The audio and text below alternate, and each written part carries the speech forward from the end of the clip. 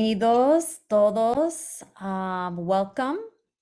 So we opened our space today with Merenguero Hasta la Tambora by Johnny Ventura, a Dominican merengue legend who passed away today at 81 from a heart attack. So wasn't that old either. And so wanted to honor him, honor his music. Like, music is something that touches our spirit and our soul. It enters our homes, it fills our cars. We, engage with it when nobody's watching in front of the mirror, right? Like, it's a very personal thing. And his passing onto the ancestral plane is something that a lot of people are feeling. So we honor Johnny Ventura's life and music as he enters the ancestral plane, where hopefully he's dancing and singing merengue for all the other ancestors that are with him. And we welcome you. We're so excited. This is our last book talk of the month. Goodness, if you're new to the space, welcome.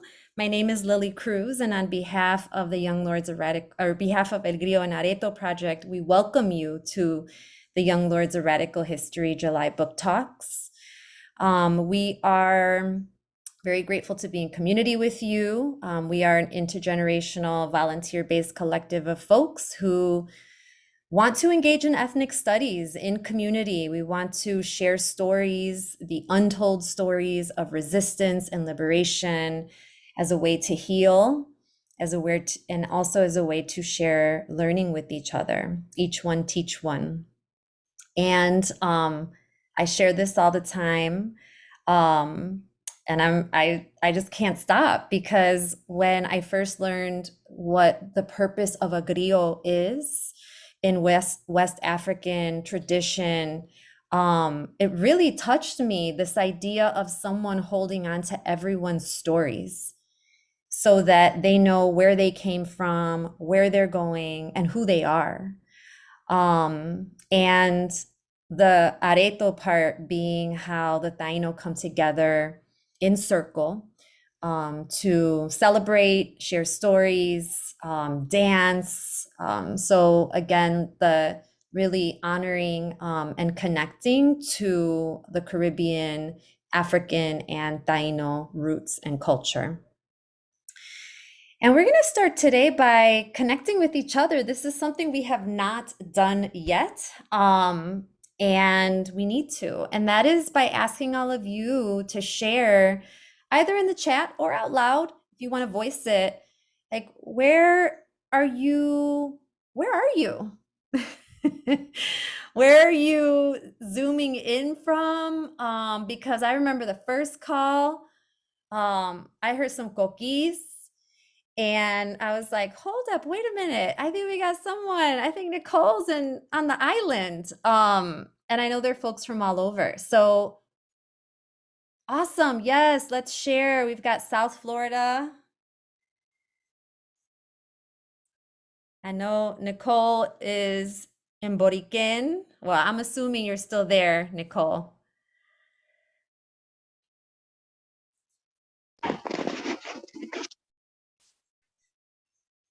We got Harlem. Ooh, sorry, go ahead. Sorry. Yeah, my name's Irene. I'm out in Seattle, Washington, so Pacific Northwest. Yep, upper left of the United States. Yes, Irene. The Bronx, Los Angeles, Harlem. Yes, Nicole is in Borinquen, Santa Cruz, California, Chicago, Chi-Town. Okay, but not for long. Nashville on Tuesday. Jose, I can't tell if that's like yay or yeah. It's more of a yeah. Okay. Something.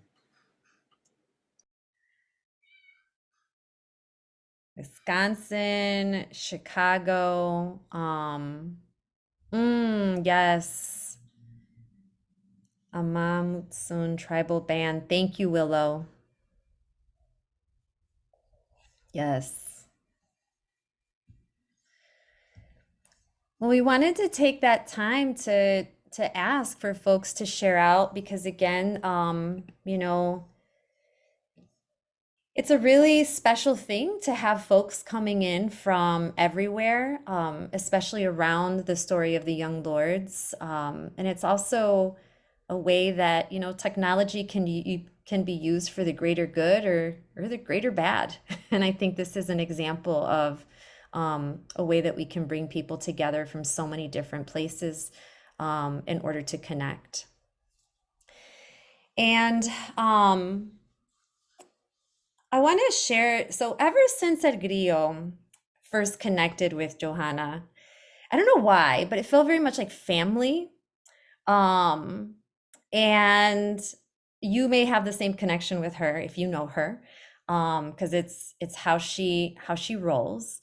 But I also, so there's always been this like familial kind of and familiar, right, connection and introduction and being in community with her. But I also wanted to make sure that we highlighted her achievements and so important because of the impact um, that it has had on the story of the young lord. So I want to share that Johanna is an associate professor. If you don't already know this, it's always great to hear it again. She's an associate professor of history at Baruch College of the City University of New York.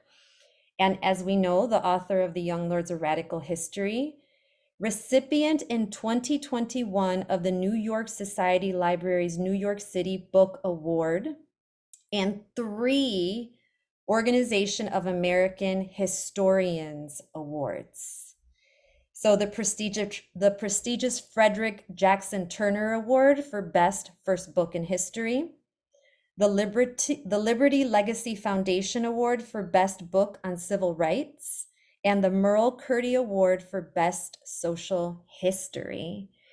So like snaps to that, and that is so important to highlight because again, right, there's this, I personally didn't hear about the Young Lords until I was an adult, and now they're, because of her work, the story is out there in so many ways, in so many arenas.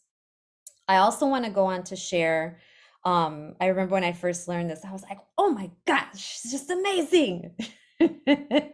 um, but Dr. Fernandez in 2000, Dr. Fernandez's 2014 Freedom of Information Law lawsuit against the NYPD led to the recovery of the lost Handshoe files, the largest repository of police surveillance records in the country, namely over 1 million surveillance files of New Yorkers compiled by the NYPD between 1954 and 1972, including those of Malcolm X. And also, she is the host of the morning show A New Day at 99.5 FM in New York on Pacifica's WBAI from 7 to 8 Eastern time. And it is recorded, which is how I listen to it because it's a little early for Central Time for me. Fabulous show always. So yes, I agree, JP. And just want to again, in addition to that, just share so much gratitude that she's been hanging out with us this month. And she's getting on a plane. Sorry, Johanna, I know I'm like really sharing a lot here, but she's getting on a plane on Saturday to come to Chicago to lead a Young Lords Liberation Summer Camp with El Grillo and Areto Project, all next week too. So just would love to create space to share gratitude for Johanna as she kicks off our 3rd book talk.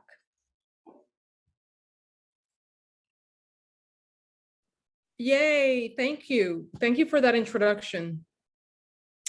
Thank you. I appreciate it, Lily, and thank you for your work, and thank you to all of the people who've been working hard on making this camp a possibility next week with junior high school and high school students. It's pretty amazing. So where do we start? And thank you for playing that Johnny Ventura song. So I'm Dominican, and Johnny Ventura, as you probably know, is like an iconic figure of the Dominican Republic, and I think the world, and merengue. And we just grew up with this music in our lives, and I really liked how you framed that, Lily, that music is in our cars, it's in the streets, it makes us feel, it connects us to our bodies and our feelings, and it makes us human. So shout out to all the artists out there, not just singers, but people who produce art to connect us to our humanity. And yeah, so thank you for that. Also, Glenn Ford, who's the founder of Black Agenda Report, and he's a quiet giant in the Black radical tradition, someone that everyone should know, died today. Relatively young, but he just had this fierce voice and critique of American capitalism and racism, and he was an internationalist. And we could also always rely on him to give us an analysis and an assessment of what the ruling class is up to and why we should fight it in a very measured way. So anyway, he also died today, and and we're sending him off in power. Yeah, presente, Glenn Ford, presente. He was also an amazing human being. Like, not only was he a brilliant analyst of political life and a freedom fighter, he was also kind and gentle and human. In any case, these are things that we need to consider as we build a new world, that we ultimately, we're fighting to amplify our humanity and our hearts and love. And we forget that when we're fighting the state, when we're pissed off by the cops and telling them off. Okay, so where do we start? We're starting a little late, but that's all right. First of all, can I hear questions or comments on the story of women in the Young Lords? I think I will only be able to address the issue of women, not the issue of race and the fight against racism internally in the organization. But are there any burning questions? Anything that sticks out to you? A question that you've always wanted to ask, but we're always embarrassed to?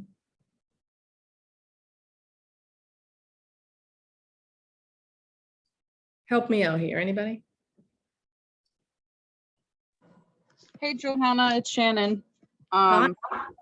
My question really is, I've always wanted to know, we hear so much about the women of New York, but we never hear anything about the women from Chicago. So I guess I would just love to hear more of them and their role of being in the Young Lords.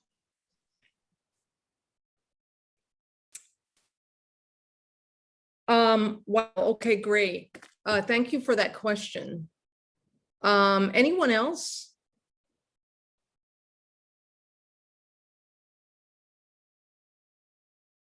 Any burning questions about gender, women, or anything for that matter? Or what would you like to understand coming out of this conversation? Have a deeper understanding of regarding these issues?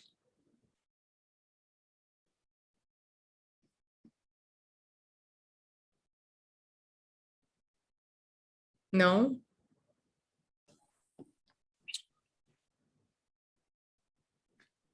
I have a comment question. Yay, go ahead. Hey there. I just it seems like the women of the young lords, and I may be wrong about this, but it seems like they were more actively involved in, I mean, everything, or maybe it's leadership positions. It seems from the get-go, and that seems to have not been very common in other activist organizations. So I was just curious about how women's voices and roles were amplified, specifically for the Young Lords, as opposed to other groups. Okay, so what distinguishes the experience of women in the Young Lords from other women of the period in other organizations? Okay, great, thanks. Can I comment to Anthony's comment question? Mm-hmm. Anthony, the women didn't start off that way with the Young Lords. They were very stereotypical with regards to their gender roles. Like they were looked at as the people they were the caregivers, and that's what they were looked at. Like they were basically expected to get coffee and like take care of and that's how it started. Like they were the caregivers. They weren't looked at as equals. Not at the beginning.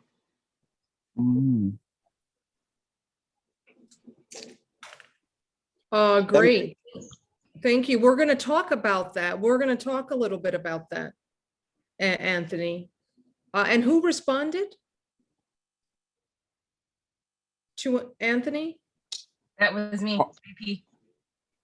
Okie doke. Thank you. Anyone else? Yeah, just to lift up a question from the chat, Shay asked, what did their internal struggles against patriarchy of the organization look like? Right. Anyone else?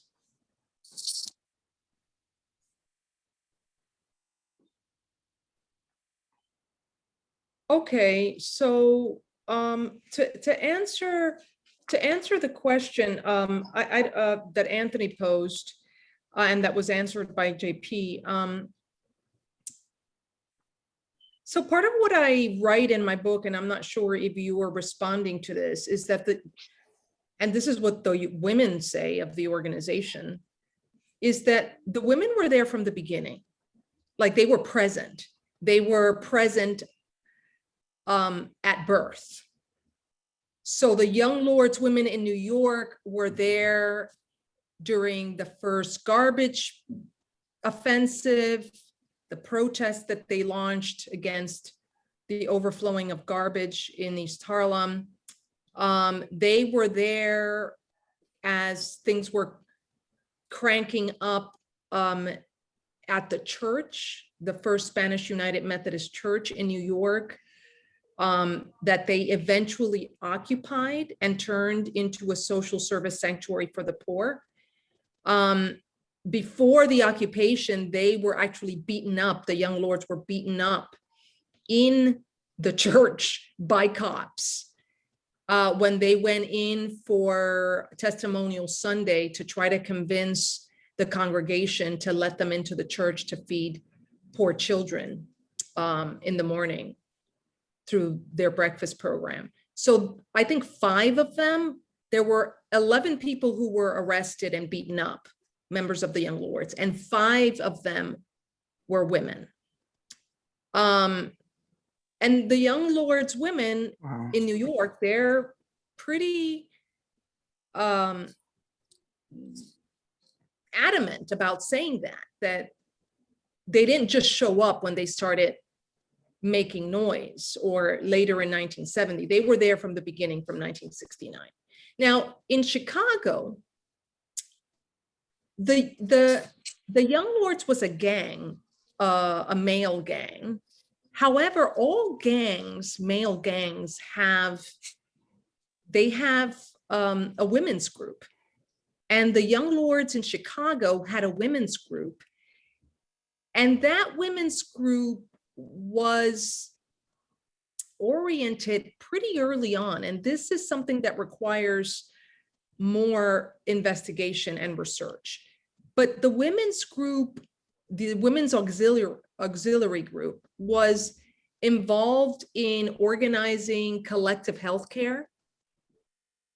These are very young people who started having children early. And so childcare is always something that emerges. They also organized toy drives for children in the neighborhood, but their own children, and all kinds of activities that ultimately, I think, offered an organizational model to follow, right? And I interviewed one of the women of the organization, whose name escapes me right now, who was ill when I interviewed her. And she was in fact Italian.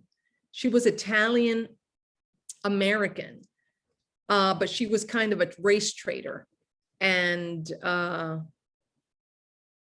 threw down with the Puerto Rican and Mexican people in her neighborhood and fought against oppression. So, okay. And then the other question is, how was the battle, internal struggle, what did the internal struggle over patriarchy look like? Okay, so that's hopefully what I'm going to be talking about in terms of the problem of gender in the organization over the course of this talk. And I'll start by saying that the late 60s, the moment when the Young Lords emerge, is a moment of high aspirations. It's a moment of revolutionary fervor. I think I've mentioned this previously, but in 1969, a poll conducted in the United States determined that 2 million students in the United States believed in the necessity of building a revolutionary party. So not that things are messed up, but that we need to build a revolutionary party to transform society and to lead the struggle toward revolution. In 1969, this moment when the Young Lords emerge in Chicago and later in New York, there's a lot going on around the world. In 1968 in France, there was a general student and worker strike. In Mexico, there was a massive student uprising in 1968. So it seemed that revolution was around the corner. Also, the Vietnamese, this is important, in fact, to the conversation about women, and I'm just realizing this now. In 1968, the Vietnamese launched the Tet Offensive, the famous military campaign that signaled the beginning of the end for American war in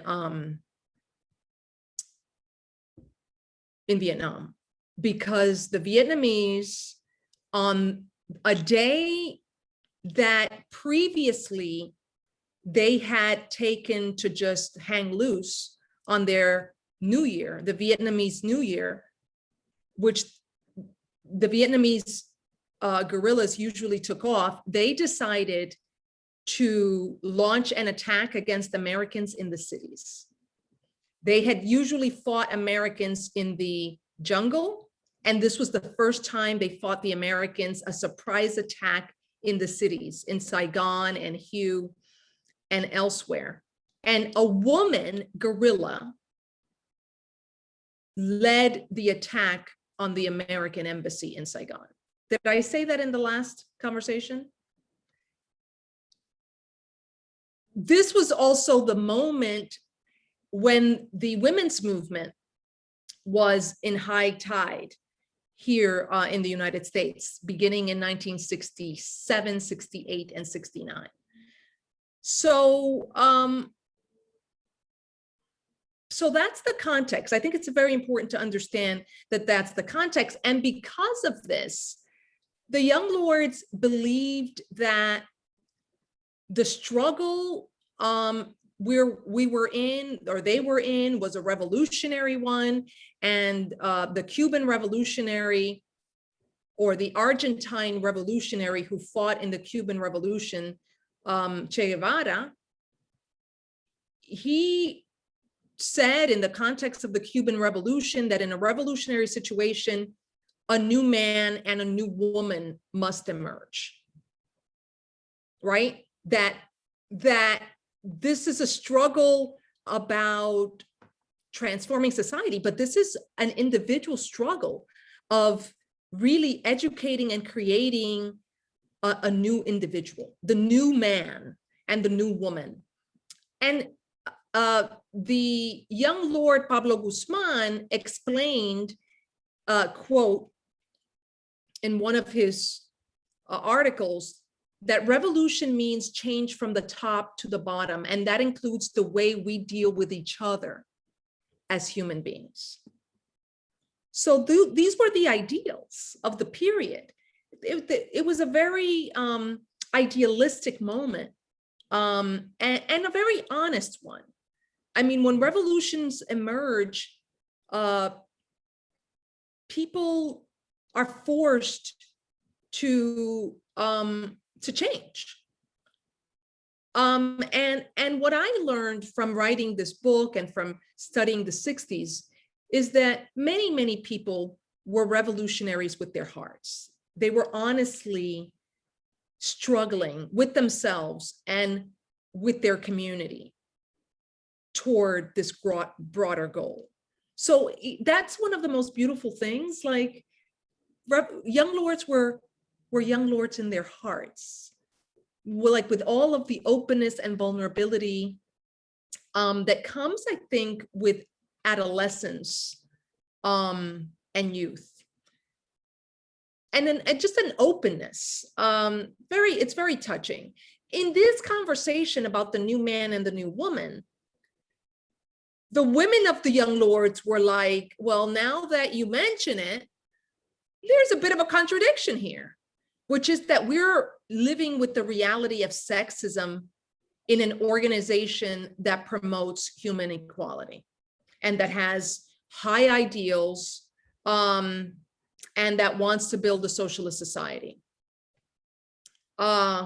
So these high ideals about transformation and equality spoke to the women of the young lords because they had a grievance that was staring at many of them in the face.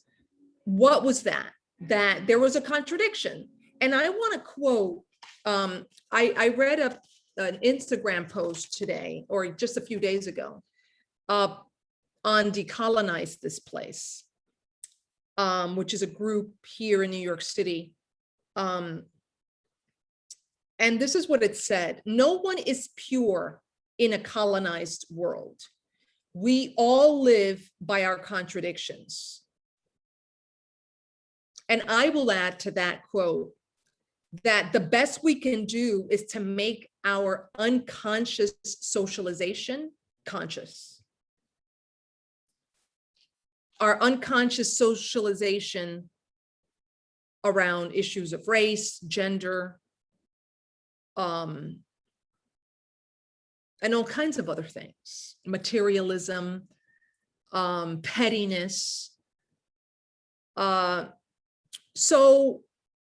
the women of the young lords, what was their problem? Their problem was that here they were in an organization that professed equality and a transformation of society, and they performed the organization's grunt work. They fetched coffee, they prepared food, and they typed letters and reproduced flyers. But they were also often humiliated and demeaned by the behavior of their notorious male counterparts, who often objectified and sexually propositioned new female recruits. And the women of the young lords had a name for this. They called it sexual fascism, when men in the organization would use their political power to sleep with women, newer women in the organization. And I think what's important here is to note that this was not particular to the young lords.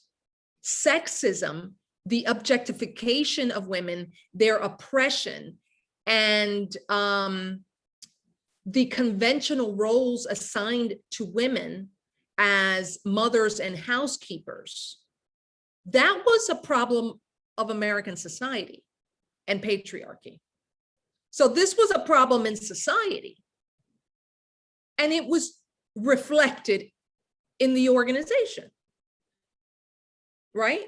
And that's the case in every historical period.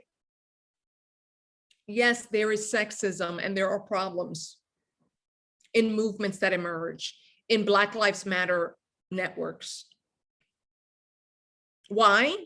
Because Black Lives Matter and the new movements that are emerging are part of the society, and people who join those groups live with the contradictions of the society, including sexism, homophobia,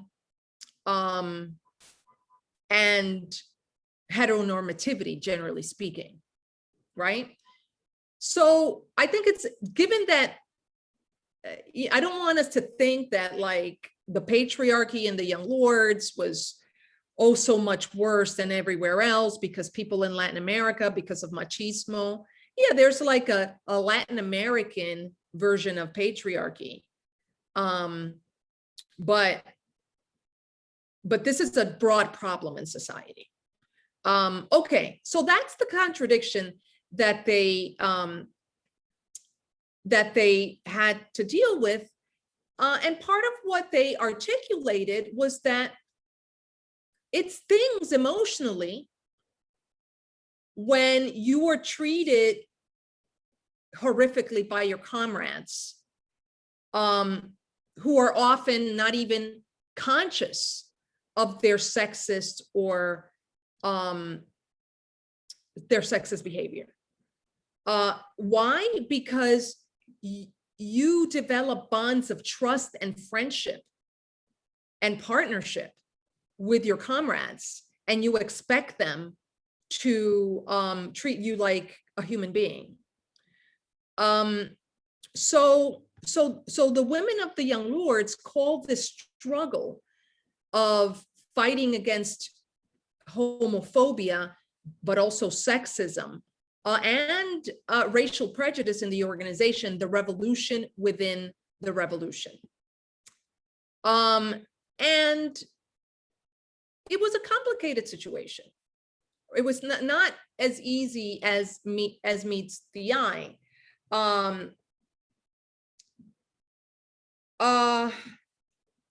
Why? Because in 1969, when the organization emerged,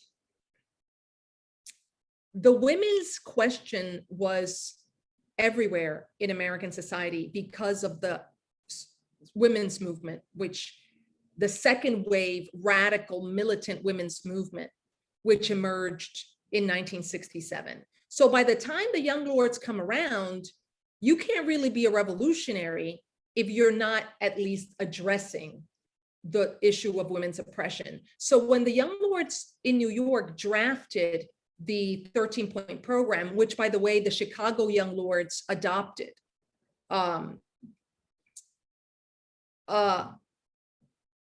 they wrote in point number 10, we want equality for women. Machismo must be revolutionary, not oppressive. And it continued, our men must support their women in their fight for economic and social equality and must recognize that our women are equals in every way within the revolutionary ranks. So, okay, point number 10, beginning in 1969, addressed this issue of machismo and said, well, maybe machismo has to be revolutionary, and we oppose sexism and women's inequality. There was also an issue, and women talk about this, that the issue that women read that and didn't think that there was anything wrong with it initially. They also, the women of the Young Lords say that it wasn't only that men were sexist and were objectifying women and relegating the women of the Young Lords to the grunt work. It was also that that some women of the organization just took a back seat, and they had been socialized to be in the background and to not speak up. And so men and women had been socialized in gendered ways. Okay,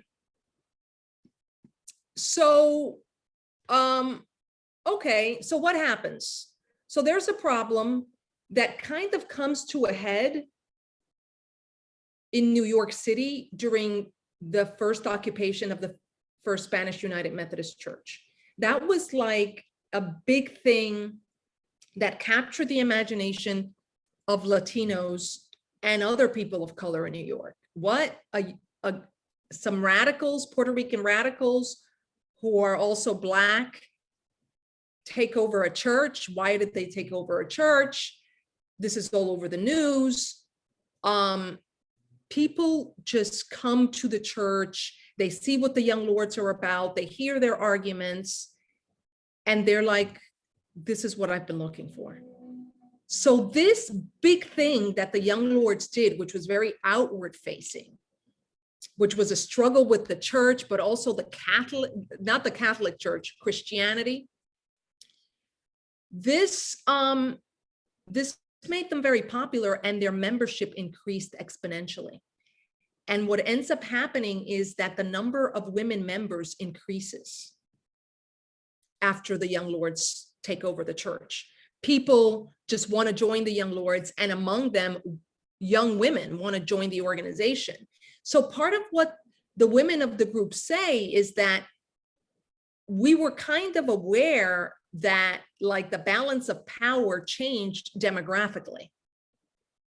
Women had been in the organization from the go, but they were still a small minority. They might have been 15% of the group. But after the church occupation, they were like 35, 40% of the organization. So demographically, we're now almost on par with men. And that starts changing the dynamics. And they start meeting, the women of the Young Lords start meeting on Sundays informally to talk about their experiences, how they're feeling. And in many ways, they're mimicking the mainstream feminist movement, which has created what are known as consciousness raising circles. So these consciousness raising circles are a thing in the 60s. It's a place where women come together and they begin to explore and talk about how gender inequality is manifested in their personal lives. in their marriage, in their relationships, in their families. There's a whole explosion of thinking about where does women's oppression come from? And how does it affect me in ways that I don't even know about? So this issue, this term gender emerges as a category of analysis that is different from sex.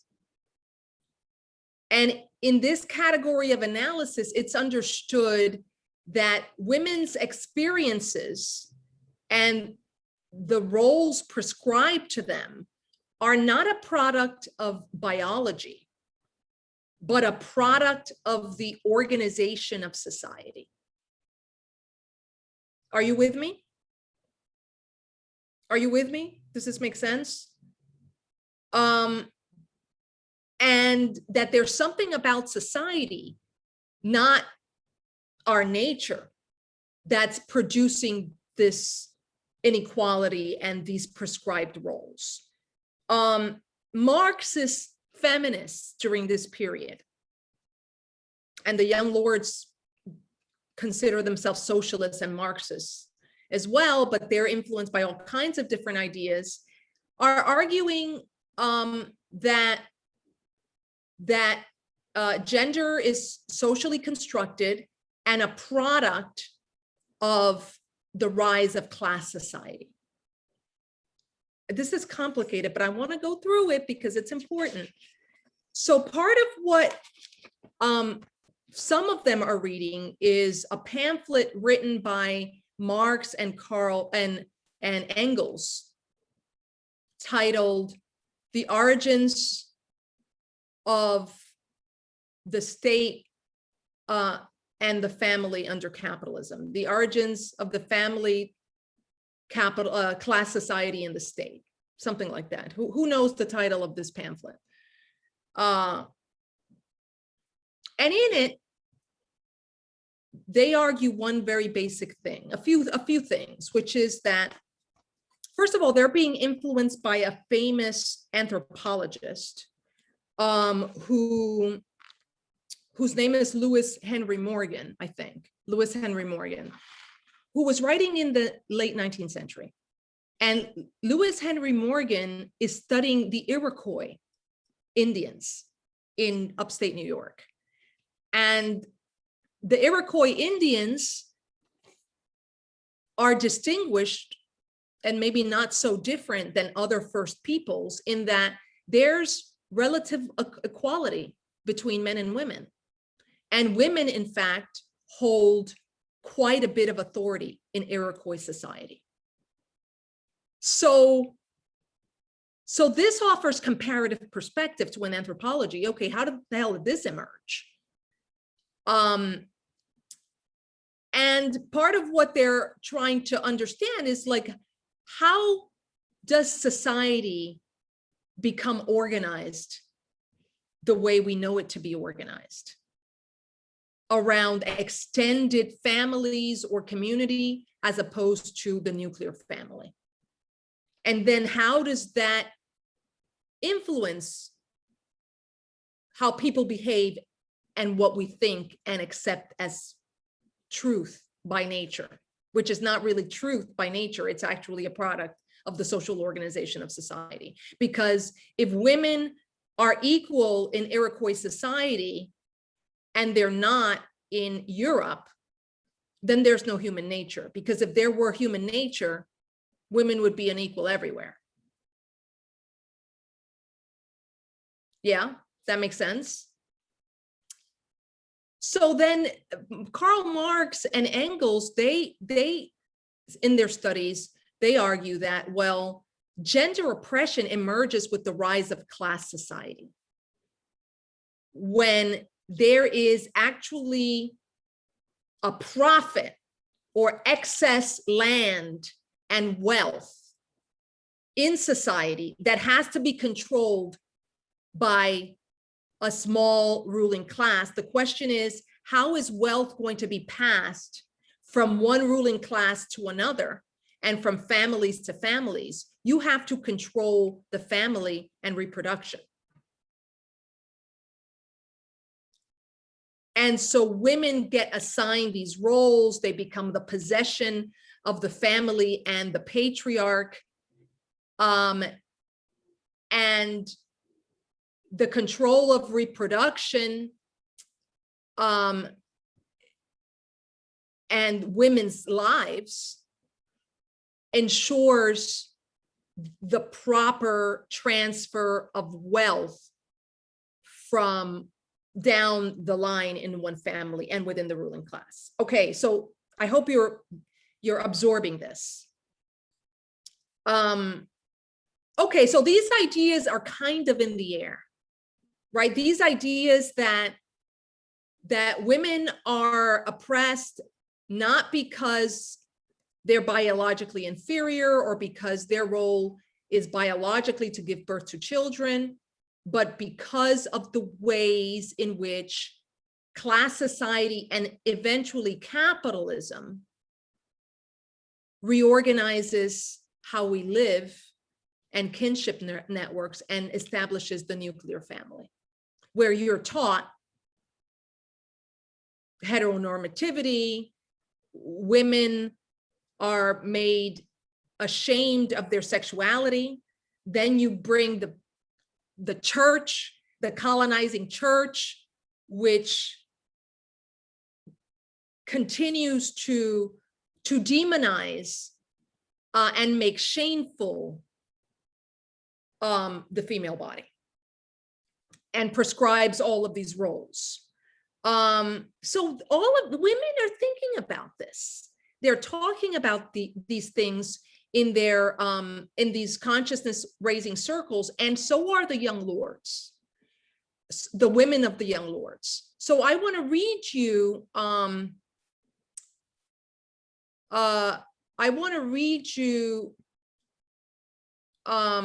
something that one of the women of the young lords told me when I interviewed her. This is what she said. This is Olga Robles.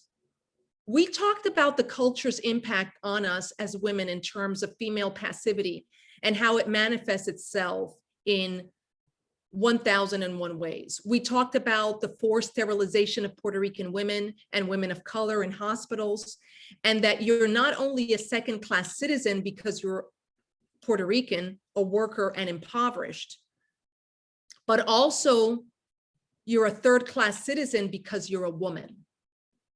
Getting clarity helped me fight my own tendency to sit in the background and bite my tongue and be ashamed to speak, because what do I know? I'm just a woman. You know, they started thinking about how they had been socialized in the Catholic Church, in Catholic households, where it is the norm to strictly police women's bodies, and where women's sexuality is synonymous with shame.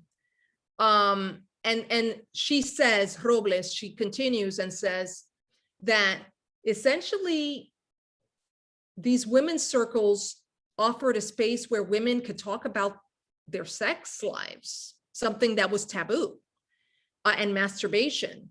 This is what she says. They helped me to understand that there was nothing wrong with sex and sexuality, and I shouldn't be embarrassed if I heard people talk about their sexuality and how they handle it.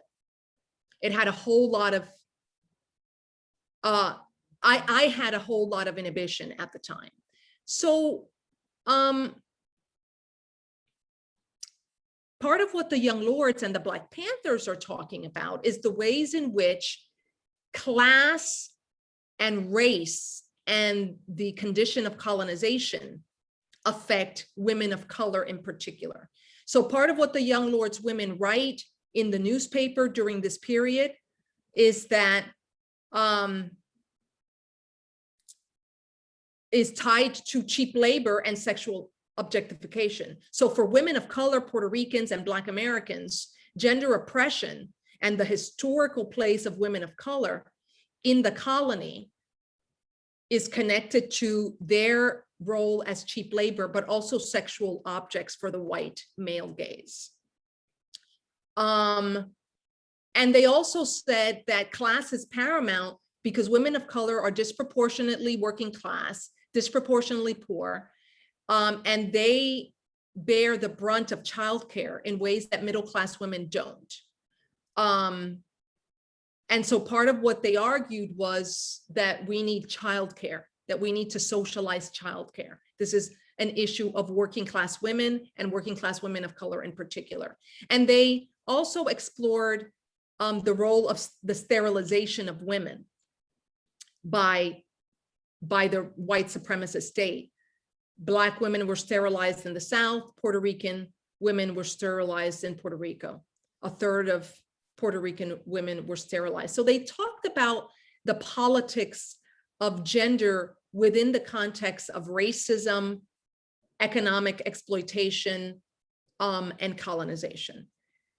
So boom, I'll end in a minute to say that there are all kinds of different reasons why all of this came together, but eventually the women of the Young Lords decide that they're going to put demands to the men. There's a struggle in the organization. They start raising this in public meetings. Some men can't take it and they are resentful, and there's a backlash, an attempt to silence this issue, to depict it as a deviation from the real struggle, which is the struggle against the system and racism and capitalism. So they have to do battle with that, that this is not a distraction, that this is part of the struggle for human liberation. We all have to, either we're all free or none of us are free. And they put demands to the organization, among them that women should be in every of the ministries, including the security ministry, and that they should be taught martial arts, that women should do everything that men do, including speaking publicly and writing for the paper, and that a woman should be elected to the leadership body of the organization, and that sexism should be addressed and punished through some kind of democratic process internally, and that the organization needs to re-educate its members around issues of gender and race oppression. So I'll end it there. There's a lot more to say, but I wanted to just offer some framework for understanding both what's going on in the organization and in the period.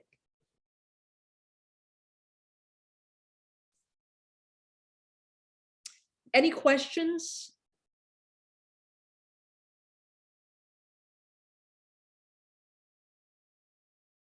Observations, comments?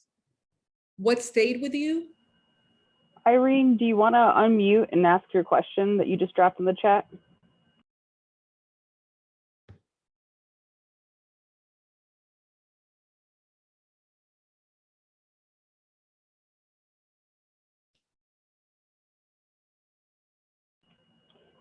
Okay, well, I'll read it for her. She said, "What feelings came up for you while interviewing the women of the Young Lords? What were some feelings from what you know or they expressed that came up for the women of the Young Lords while being interviewed?"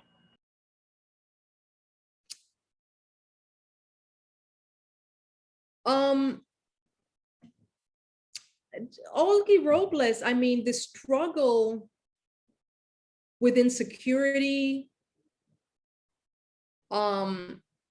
the struggle to unlearn the ways in which we are socialized as women to be passive, to sit in the background, to not be leaders.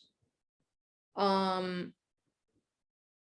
was like, yo, I was struggling with my sexuality and feelings of like guilt around sexuality and sex. And I realized that that was connected to the colonizing Catholic Church and shame. While the men, you know, are celebrated for their sexual exploits and their virility.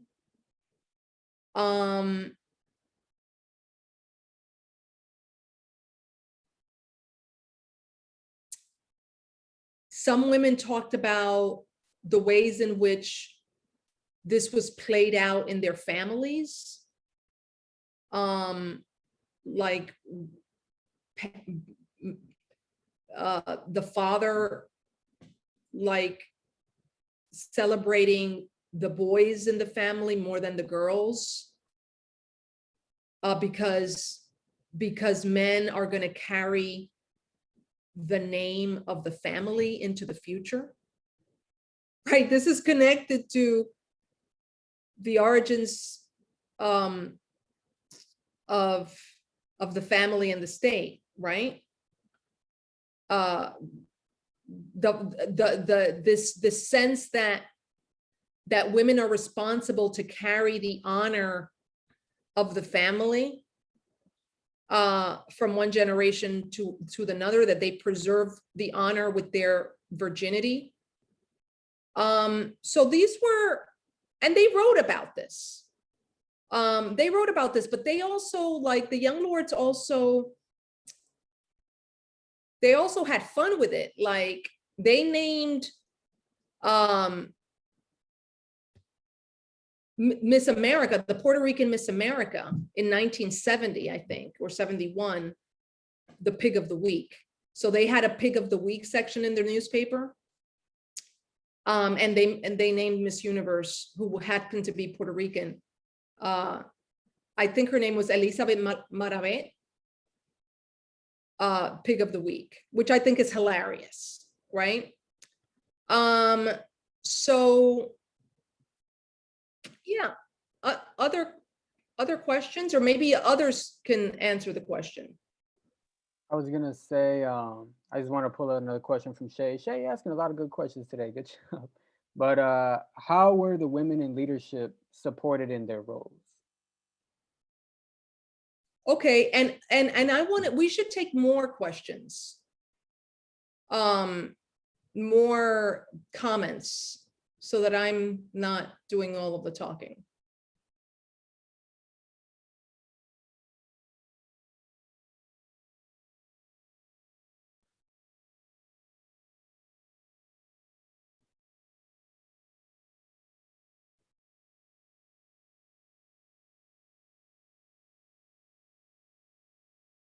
Anyone?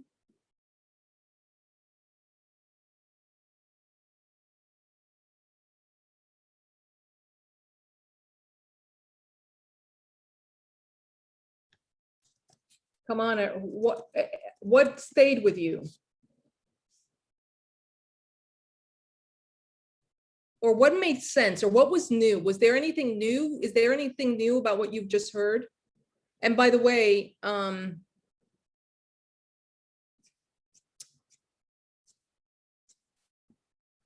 I tell the story a lot more fully in the chapter on women and race, or gender and racism.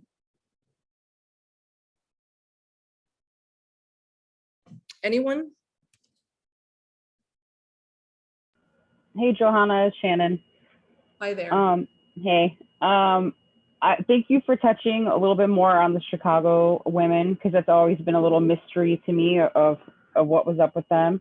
I think it's like great as well that you spoke about how, you know, the women getting together for New York and starting the Women's Caucus, and really having this moment of like realizing that a lot of they had a lot of things in common in terms of issues with the fact of, you know, patriarchy and everything else.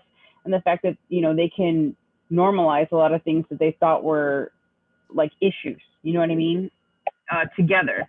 And yeah, that's really all I wanted to say.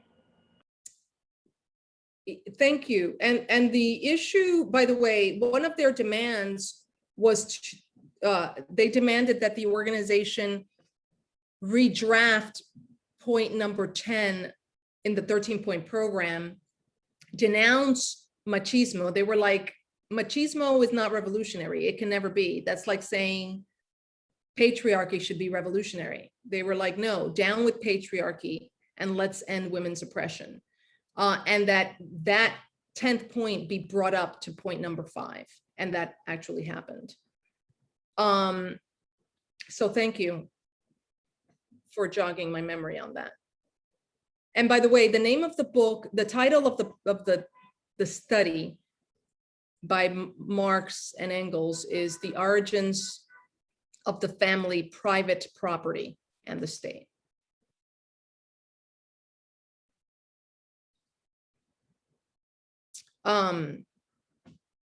Just totally brain freeze. Any other observations?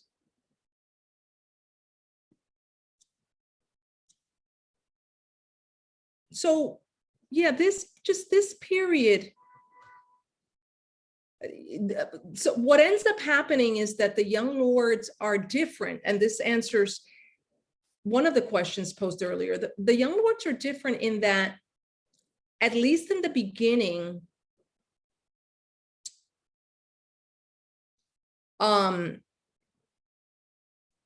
they established women's and men's caucuses to understand and explore the socialization of men and women in the organization. So this was not about women, this was about men and patriarchy. And the question is, how are men socialized to in this racist, sexist, patriarchal society, to view women, to treat them unequally, to think of them as sexual objects, to be breadwinners, right? Part of what the young lords women did was that they theorized not only how women of color are socialized, but also how men of color are socialized.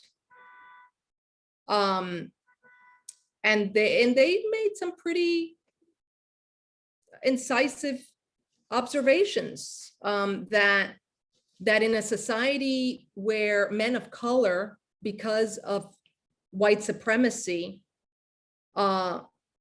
and poverty, are not able to perform their role as men, they perform hypermasculinity. And oftentimes they take out their frustrations on women, on the women they love. Their frustrations of not being, able to be the man, because of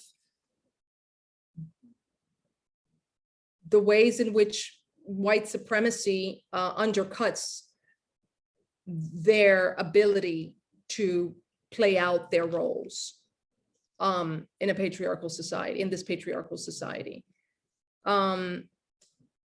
But they also, said that men of color are also overly sexualized as mandingos, or, the hot Latinx lover.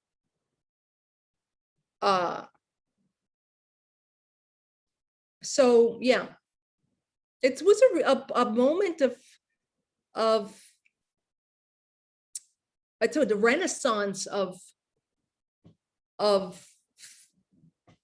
analysis and thinking profoundly about how our personal lives are structured by oppression in everything that we do.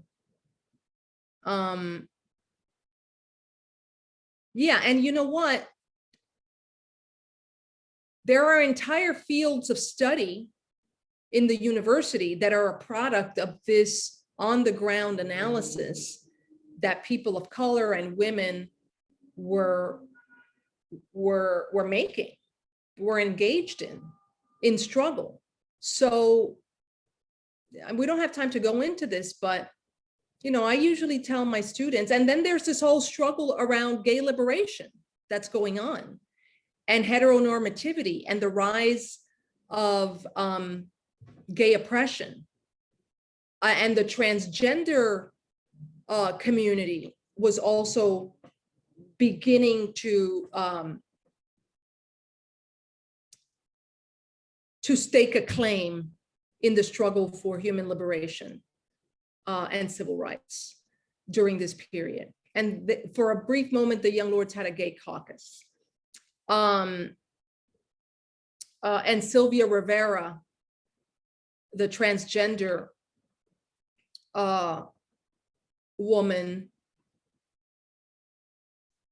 she was around the Young Lords, and the Young Lords provided security for her at a moment when she was being targeted by the state.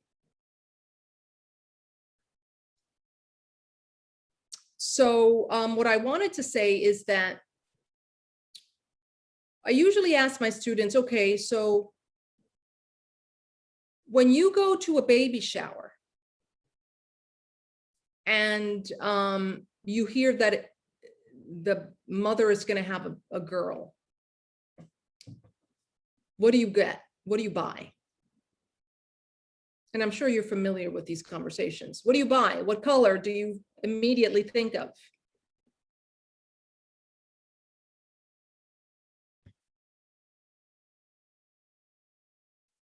Anybody? I mean, most people think pink, right? That's how we're raised to think. Exactly, pink. And if it's a boy, blue. So where does this come from? Like, we learned this pretty early on.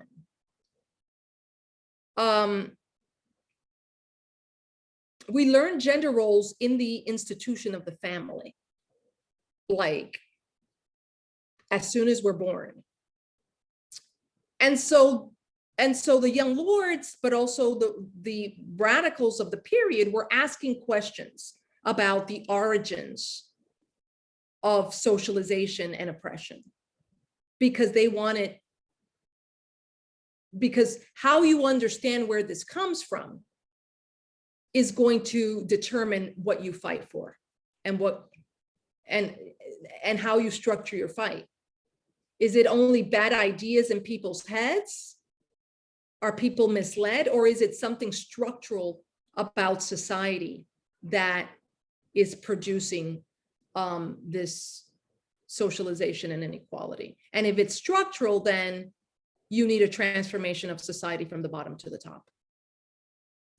And someone asked what book, I mean, the book on gender that's been written on the Young Lords was written by Iris Morales. And that's the book that everyone should get. And I think it's chapter 7 of my book that's on 7 or 8, that's on gender and race. I think it might be 7 or maybe 8. Does anyone know? It's 8. It's 8. Yeah. And I'm trying to find Iris Morales's book. Through the eyes of rebel women. From the eyes of rebel women. Yeah. Through from the eyes. Yeah. Through the eyes of rebel women. Great title. Yeah, I also shared Frederick Engels' Origin of the Family, Private Property, and the State. I found an 1884 published version. It's PDF. I also shared it. I went through the table of contents, and I think it'd be really fascinating for anyone that's interested in reading parts of it too, to read. So everybody's so quiet. What do you, I mean, I know we gotta go. Ideology, yes, ideology, exactly. Shannon, you said ideology. That's a whole, this is a related subject, but ideology is the ways in which inequality and oppression is justified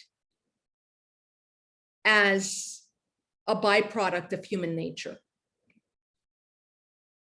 by the ruling class, right?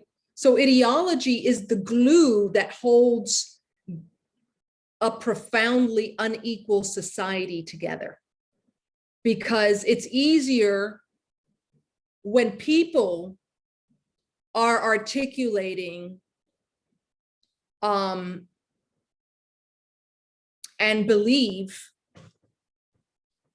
the tenets of an unequal society, right? If society is unequal, there's going to be tension.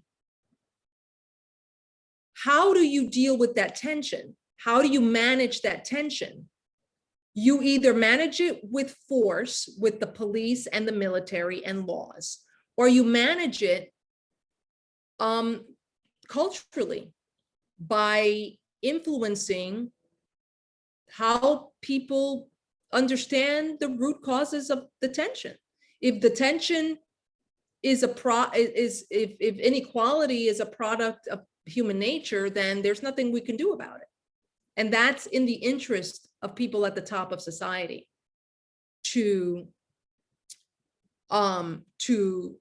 have most people believe that, well, you know, this is human nature. It's the way it's always been and will ever be. There's nothing we can do about it. But when people start asking questions, that's when the possibility for uprising and resistance and dreaming of a different world is possible.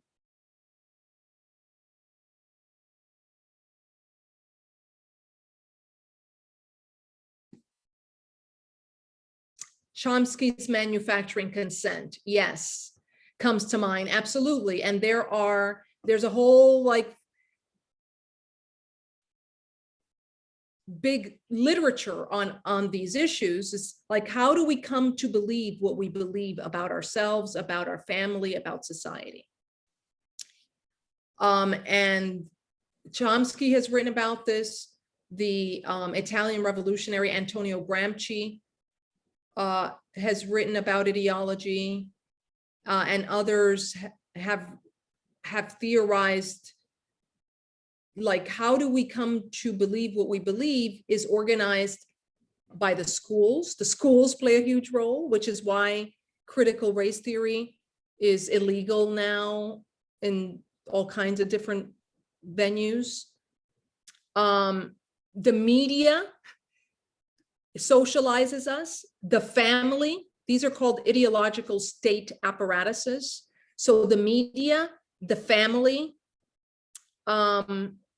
sports is an institution. These are institutions that socialize us. The schools, I'm missing others. The church is a big culprit here.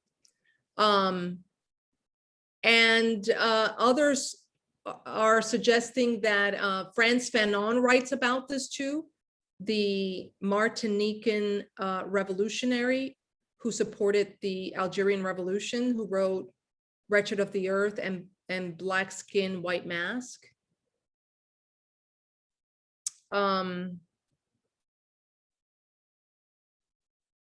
One of the richest fields of study is ideology.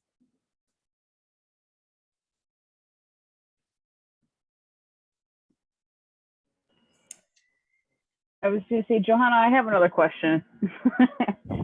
I'm wondering, what are your thoughts on Gloria when, you know, she ends up marrying Juan Gonzalez, and, you know, I feel like when I was reading the book, I was so happy for all this like strong feminine power to see, you know, Denise, Edith, like all these people in like leadership roles. You see Gloria, you're excited, and then it just seems like the group went a completely different direction. I just kind of want to know, like, what are your thoughts on that? Okay, so it's really important for folks to read the book till the end, because I analyze what happened to the organization and how it collapsed and the role of this woman who rose up through the ranks of the organization and became its leader, the role she played in its demise.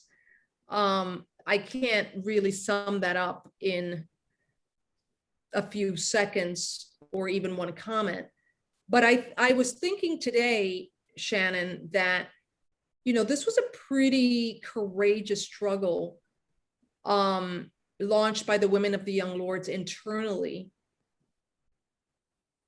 to both theorize gender oppression among women of color and Puerto Rican women in particular, but also to transform the culture of the organization and eliminate, or at least challenge, patriarchy and sexism. And COINTELPRO, the counterintelligence program of the FBI,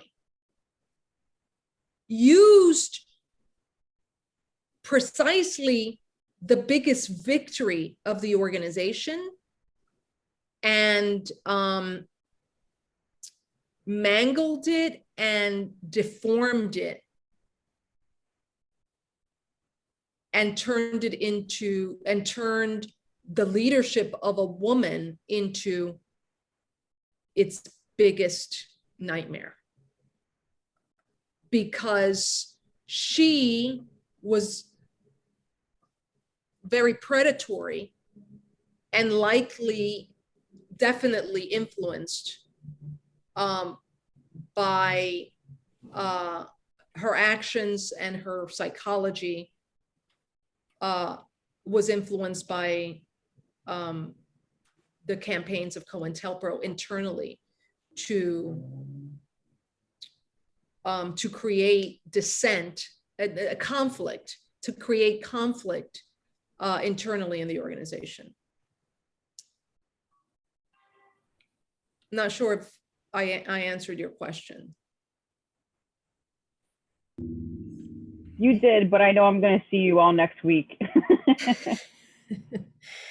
I was wondering if we could maybe end, I hope I didn't miss anyone. I think Anthony asks a really great broad question that could be a good way to end, which is, what do you feel are the biggest lessons we can learn from the Young Lords' work? And this is the subject of the last section of the book that's called Coda. I think that one of the things we can learn from the Young Lords, but also from the period, is that when there are massive demographic shifts in society, that produces changes that we can't foresee. So the Young Lords are the children of this mass migration of Puerto Ricans from the island to the US mainland. A third of the people of the island of Puerto Rico were pushed out as a result of US foreign policy. And that produced an enormous amount of suffering, but it also produced struggle on a mass scale. So what the history of the Young Lords tells us is that we should pay attention to demographic shifts. And there are demographic shifts in our midst. Masses of people from Latin America were pushed out of Latin America by US foreign policy in the 90s and in the 80s and now, and they're here. So that demographic shift is upon us, and it's going to change the political face of the country and lead to movements that we're probably unaware of and can't foresee. But this happened in Europe too. So the war in Iraq and the crisis it detonated in the Middle East led to a massive exodus of people from like Syria. Y'all remember that? Into Europe. So, and Juan Gonzalez, former Young Lord, talks about the harvest of empire in his book. The harvest of empire is that colonization and imperialism lead to these mass migrations of colonized people from colony to metropole. And that's going to create World War IV or III in this 21st century in ways that we cannot predict. Because the oppressed are literally sitting side by side with the oppressor everywhere you turn.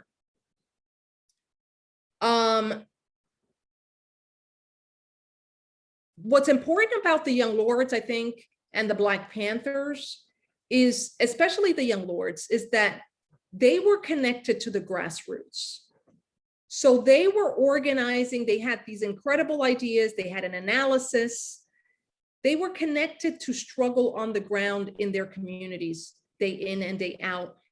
And they developed a strategy. They identified a problem and a strategy to achieve radical reforms. So they had a short-term plan that included identifying a problem and establishing a campaign and a strategy to shake things up and get the issue resolved or heard or in the public dialogue and public square. That's important. I think it's important, like they were successful not only because they had a campaign, they were connected to the grassroots, and they had a strategy. Super important. Like, how are we going to stop business as usual? And how are we going to do that creatively to get the attention of the media and the broader community? They also had a penchant for educating themselves and reading about revolutions and movements before them and identifying the problem. Like, what is the problem?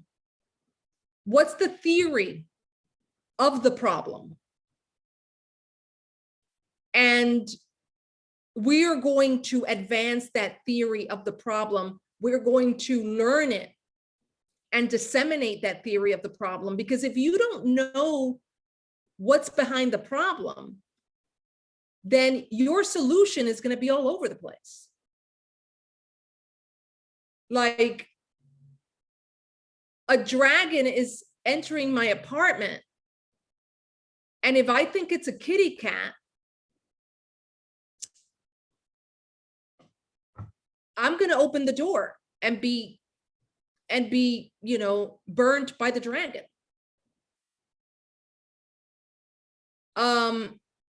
If I think it's a kitty cat. So you have to understand the problem if you're going to think about solutions. So I think they thought broadly about the theory of the problem, studied the theory of the problem, learned it. And then they used that understanding to intervene in the world locally through militant action. And they won reforms. I mean, we don't often do that. We don't, not now. We don't think, okay, big, what are the big problems? What's at the root of the problem? And ultimately, what's our goal? And also what we can learn from them is that they worked with others. They worked in coalition with others. And they believed in organization and discipline. And they understood that people in the organization had to be unsocialized. So how is that going to happen? Through education, political education, but also through practice and engagement in the world and rules about how we move in the world and how we move in the organization and what we do and what we commit to. It's not like, I'll do it maybe, maybe not tomorrow, the day after. Okay, are you in or are you out? How are we going to do this together? They also had collective leadership. I think that's really, really important. They had collective leadership, and they had a pretty open, initially when they were most successful, a pretty open culture of debate and discussion about everything that was going on. It was later that they became doctrinaire. A lot more criticism and self-criticism, yep. But also they were a product of the period, right? So they emerged at revolution's high tide in the 1960s, and they reflected the best of it.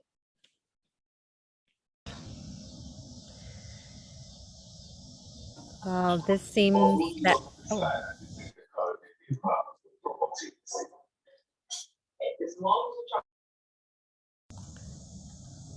I don't know if the person that it muted meant to share something. I don't think so. Okay, that was a, Oh, that was me. I was just gonna say thank you. oh. Oh. Yes. I think thank you, Anthony, for that question, because it seemed like such a great way to not only end the evening, but end the book talks as well, just around their larger impact and all of the things that are really important for us to reflect on today, and think about as we think of our place in the world, right? And what brought us here and why, and what we're going to do about that.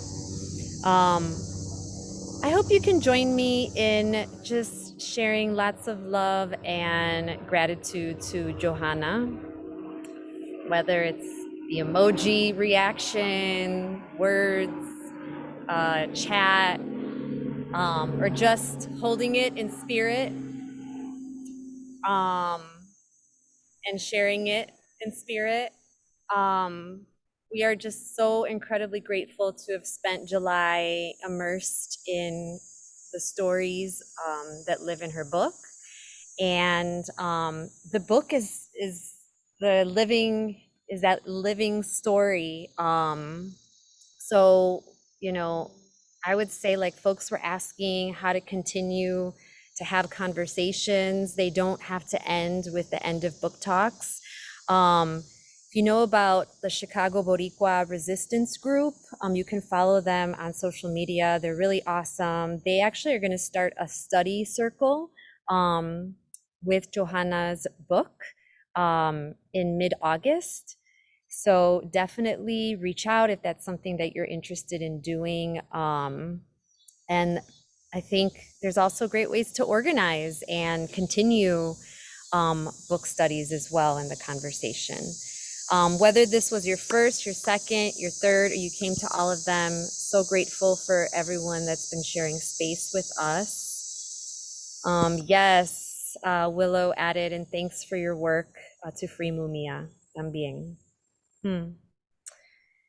Yes. So please, Johanna, go ahead. No, I don't know if you can tell, but I have a Yes. portrait of Mumia all the way in the back. Yes. No white here. I can definitely see it. Yeah. It's amazing.